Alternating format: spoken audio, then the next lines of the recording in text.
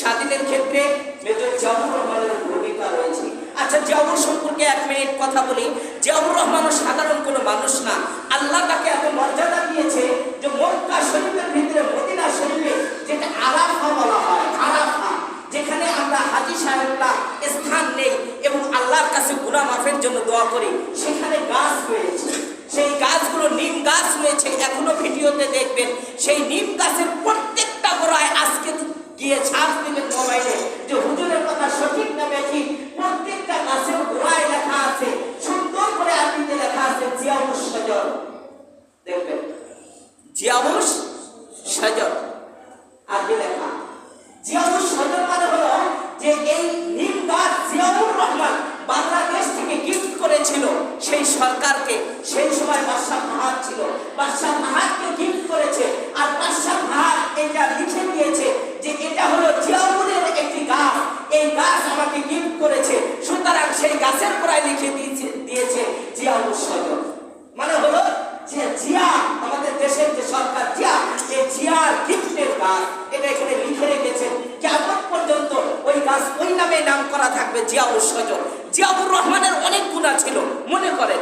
এখন সব গুনার পরিবর্তে যদি ওই হাজী সাহেবরা গাছের নিচে বসে বসে দোয়া করে যে আমাদের বাংলাদেশের প্রেসিডেন্ট জিয়াউর রহমানের গাছের নিচে বসে আমরা আরাফায় সময় দিতেছি, আল্লাহ তুমি এই গাছের ছায়া ওসিলা করে তাকে মাফ করে দাও, মাফ করতে পারে কি না? মানে পারে।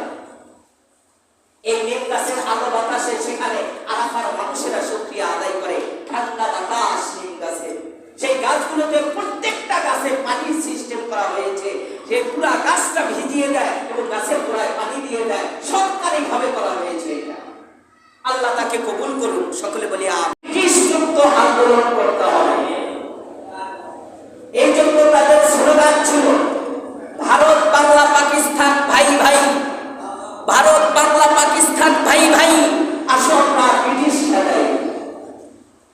হায়দ্রাবাদ জায়গা, ভারতের কলিকাতা, এই হায়দ্রাবাদ জায়গার পাশে একটি পার্ক রয়েছে। এই পার্কের নাম হলো মোহাম্মদ পার্ক।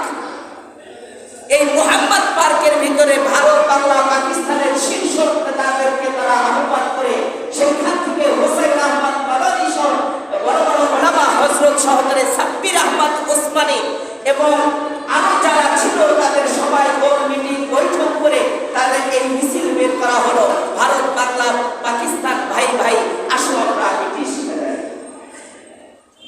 এই ব্রিটিশ লাল কুকুরের দলেরা আমাদের মুসলমানদের ঈমানকে হরণ করার জন্য সেই সময়কালে তারা এসেছিল ব্যবসার উদ্দেশ্যে। তারা ব্যবসা করতো তাদের পণ্য দিয়ে।